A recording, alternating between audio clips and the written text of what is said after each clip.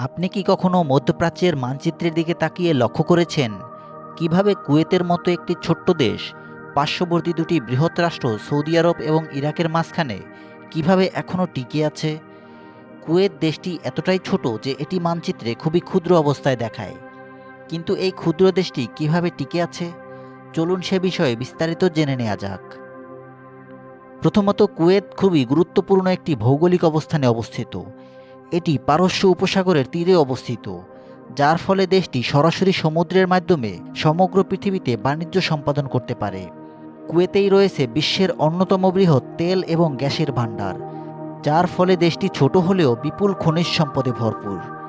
1990 সালে সাদ্দাম হোসেনের নেতৃত্বে ইরাক কুয়েত দখল করার জন্য আক্রমণ চালায়।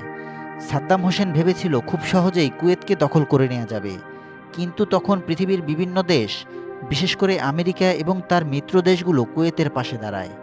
এসব দেশের সহযোগিতার ফলে ইরাকের কুয়েত আক্রমণ ব্যর্থ হয়ে যায় এবং শেষ পর্যন্ত সাদ্দাম হোসেন পরাজিত হয়।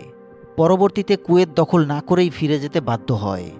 তারপর থেকে কোনো দেশই কুয়েত আক্রমণ করার সাহস পাননি, কেননা কুয়েতের পাশেই বিশাল দেশ সৌদি আরব অবস্থিত, যারা সবসময় কুয়েতের পাশে ছিল।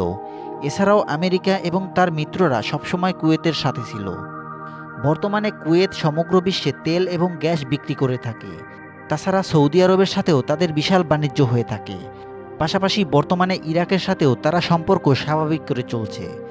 তো বলা যায় কুয়েত ছোট হলেও তাদের তেল এবং গ্যাসের মতো খনিজ সম্পদ এবং গুরুত্বপূর্ণ ভৌগোলিক অবস্থানের কারণে দেশটি ছোট হয়েও দুটি বৃহৎ রাষ্ট্রের মাঝে এখনও টিকে আছে।